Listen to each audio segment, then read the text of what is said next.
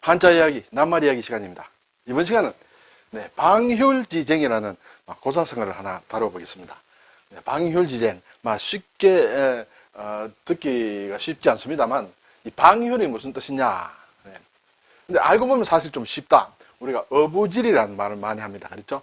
여기에서 온 말이다. 이렇게 되겠습니다. 그리고 비슷한 말로 또 견토지쟁이다. 이런 말이 있는데 같이 한번 살펴보겠습니다. 방휼, 방은 방합방이다. 조개방이다. 조개라는 뜻이에요. 방합이라는 것도 방합 조개를 얘기한다. 그리고 휼은 도요새, 새의 이름이다. 도요새 휼이다. 그래서 방휼이다. 자, 조개는 일종의 벌레에 속한다. 이렇게 보는 모양입니다. 그래서 벌레충, 벌레 회자가 들어가 있다. 그리고 발음은 옛불봉에서 왔다. 이렇게 되겠죠. 그리고 도요새 휼은 상당히 어려운 글자예요. 그렇죠? 이 글자가 상당히 어렵죠. 뜯어보면 또 별로 안 어렵습니다만 얼핏 보면 어렵다. 위에 창모자가 있다.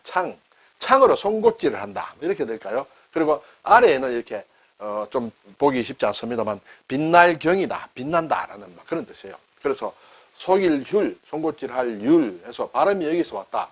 세조자를 보면 세다 이렇게 되겠죠. 그러면 방휼지쟁이라는 것은 방과 휼의 다툼이다. 이렇게 되겠죠. 도요새는 휼입니다. 그렇죠? 도요새가 조개는 방이에요. 조개를 쪼아 먹으려고 부리로 조개의 살을 쪼자. 조개도 부리를 물고 놓지 않고 서로 다투니 지나가는 사람이 도요새와 조개를 함께 잡았다는 이야기에서 나온 말이다. 결국 둘이 싸우면 엉뚱한 제3자가 이익을 본다는 말이다. 이렇게 되겠죠. 휼방지쟁이라고도 한다. 휼방, 방휼이나 휼방이나. 그렇죠. 결국 이렇게 보면 우리가 이제 어부지리의 고사와 같은 내용이다. 이렇게 되죠. 자, 그래서 방휼지쟁의 지는 갈지자다. 방휼 뭐뭐 써이라는 그런 뜻으로 쓰이죠. 쟁은 다툴 쟁이다. 이렇게 되겠습니다. 자, 이것이 이제 방휼지쟁에 들어가기 바로 전인가요? 제가 그림을 가져왔는데 이것은 이미 죽은 조개인 것 같습니다. 조개 살이 없는 것 같은데 이러한 도요새와 조개의 싸움을 얘기한다.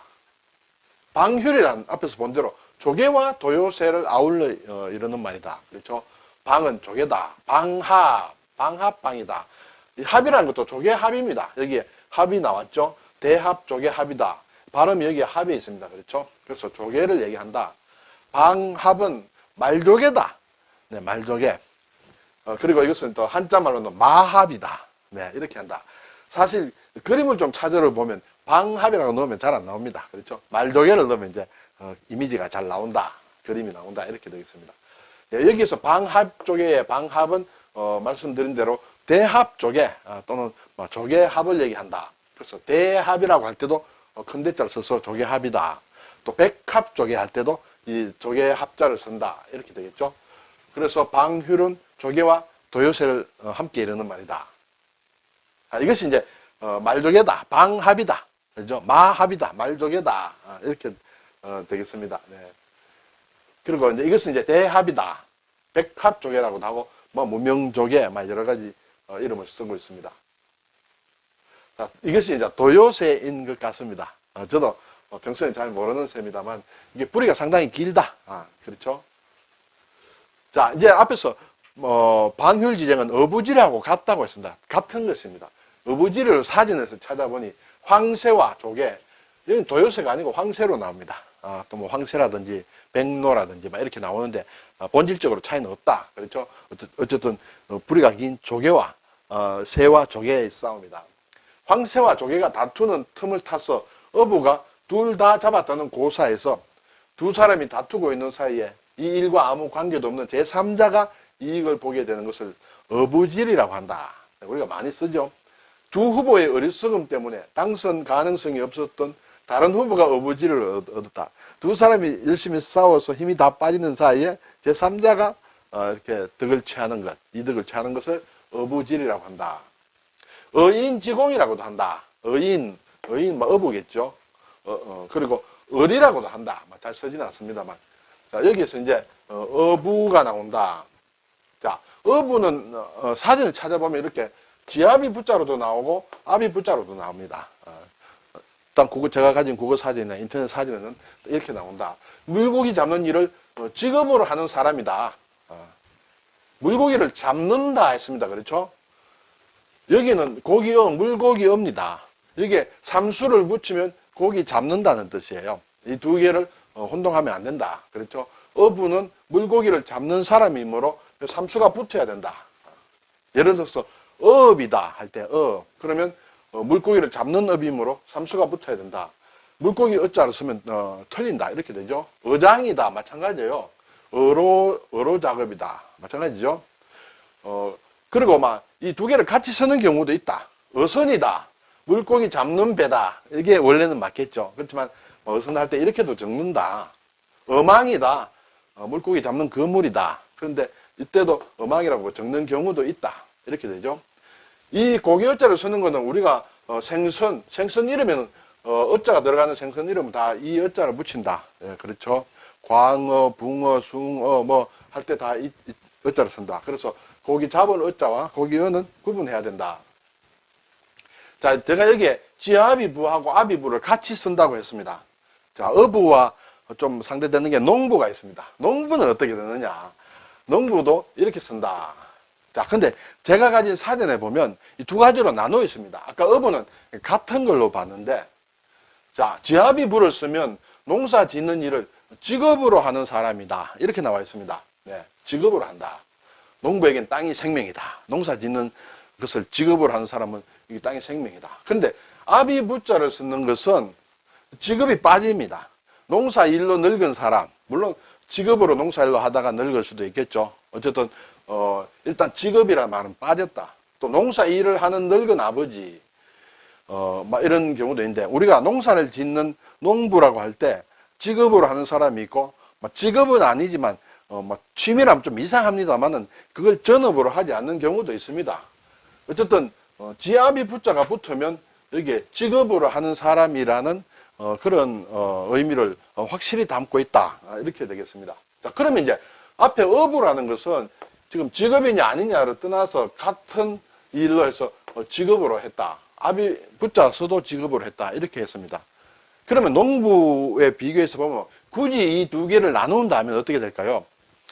이쪽은 직업적이고 이것은 취미로 낚시하는 사람이다. 네, 그래서 그럴 수 있을까요? 예를 들어서 고산 윤선도가 쓴 어부사시사라는 시조가 있죠. 어부사시사. 여기에는 아비부자가 들어가 있습니다. 네. 이것은 보면 직업으로 이렇게 하는 사람은 아닐 것이다 라는 것이 좀 엿볼 수 있다 이렇게 되겠습니다. 어쨌든 어부와 농부의 부자가 무엇이냐에 따라서 어부는 이렇게 같이 섞어서 선다. 그리고 직업으로 한다라고 일단 되어 있지만 농부는 지아비 부자가 붙은 것이 직업적이다라는 것을 일단 사전에서 구분하고 있다는 것만 참고로 알아두시면 어떨까요? 자, 이제 견토지쟁이라는 그런 낱말도 있습니다. 개와 토는 토끼죠. 개와 토끼가 싸운다. 자, 야산에서 개와 토끼가 만났는데 개가 토끼를 잡으려고 막 뛰어다닙니다. 토끼는 잡히지 않으려고 열심히 뛰겠죠. 이 산, 저 산, 높은 곳, 낮은 곳 막 뛰어다닙니다. 한참 뛰다 보면 둘 다 힘이 빠지겠죠. 그때 농부가 와서 이 개와 토끼를 함께 잡아가는 거예요. 그것이 견토지쟁이다. 네. 바닷가에서 일어나는 일이 어부질이라면 또 논밭, 산간에서 일어나는 것은 견토지쟁이다. 이렇게 볼 수 있습니다. 개와 토끼의 다툼이라는 뜻으로 두 사람의 싸움에 제3자가 이익을 보는 것을 말한다. 예, 이것도 이런 것이 있다. 알아두면 어떨까요? 자, 방과 휼에 대해서 조금 더 살펴보도록 하겠습니다. 자, 방은 방합 쪽에 방이라고 했습니다. 여기에서는 예쁠봉자가 들어가 있다. 이것이 그렇죠. 예쁠봉자. 예쁠봉자는 이렇게 하고 이렇게 돼 있는데 방합에서는 이렇게 들어가 있죠. 그렇죠. 이렇게 들어가 있다. 모양이 조금 바뀌었다. 이것이 봉이란 발음으로도 나오고 다른 글자를 만들 때 또 방이라는 글자 소리로 또 낸다. 그것만 오늘 좀 한번 대략 살펴보겠습니다. 자, 나라 방자입니다. 그렇죠. 나라 방. 오늘 나온 방합방. 또 봉우리 봉 할 때도 여기 숨어 있죠. 네. 이것도 마찬가지 같은 봉우리 봉입니다. 벌이다. 벌봉에도 여기 숨어 있고 봉화에도 봉화 봉자에도 숨어 있고 만날 봉에도 있고 그렇죠. 꿰멜봉 재봉한다 할 때, 네, 쑥봉, 그렇죠? 쑥봉, 칼끝봉, 예봉이라면 아주 날카로운 칼끝을 얘기한다. 이때, 이것이 들어가서 방자 또는 봉자로 읽힌다. 그 이외에도 이것이 들어가는 글자가 상당히 많이 있습니다. 그래서 다 가지고 올 수 없어서 주로 방이나 봉으로 읽히는 그런 글자만 몇 개 가져와 봤습니다.